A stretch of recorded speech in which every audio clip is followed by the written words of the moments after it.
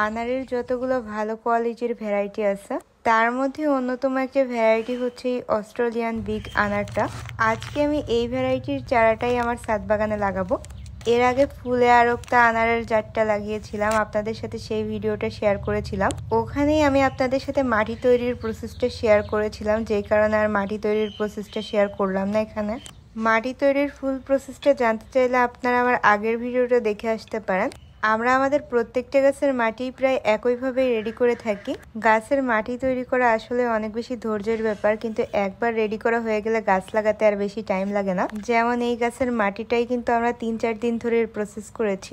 তারপর আজকে ভোরে যখন গাছ লাগাতে আসছি, আমার কিন্তু গাছ লাগাতে খুব একটা টাইম লাগেনি। যে কোনো নতুন গাছ লাগানোর সময় আমরা কিন্তু একটুখানি এপসাম সল্ট ইউজ করি।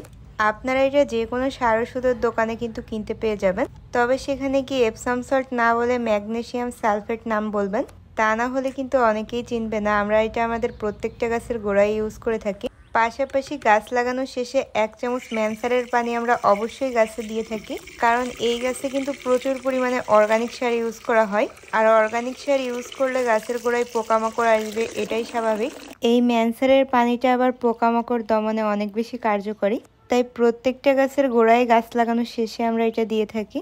আমি যে অস্ট্রেলিয়ান বিগ আনার গাছটা লাগালাম, এটাই দেখলাম যে 2টা ফুলও এসেছে। আপাতত এই ফুল আর গাছে রাখা যাবে না, কারণ গাছটা অনেক বেশি ছোট, তাই ছাড়তে কষ্ট হলেও আমি সবগুলো ফুলকে ছেটে ফেলে দিচ্ছি।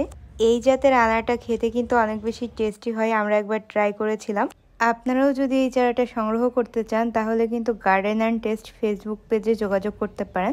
ভাইয়ের কাছে খুব ভালো ভালো জাতের 4 ধরনের আনার গাছ আছে। প্রত্যেকটা আনারের কোয়ালিটি মাশাআল্লাহ অনেক ভালো। আমি ভাইয়ের পেজের লিঙ্কটা ক্যাপশনে অথবা কমেন্টে মেনশন করে দিব। আপনারা চাইলে যে কোনো ফল গাছের চারা ভাইয়ের পেজ থেকে সংগ্রহ করে নিতে পারেন।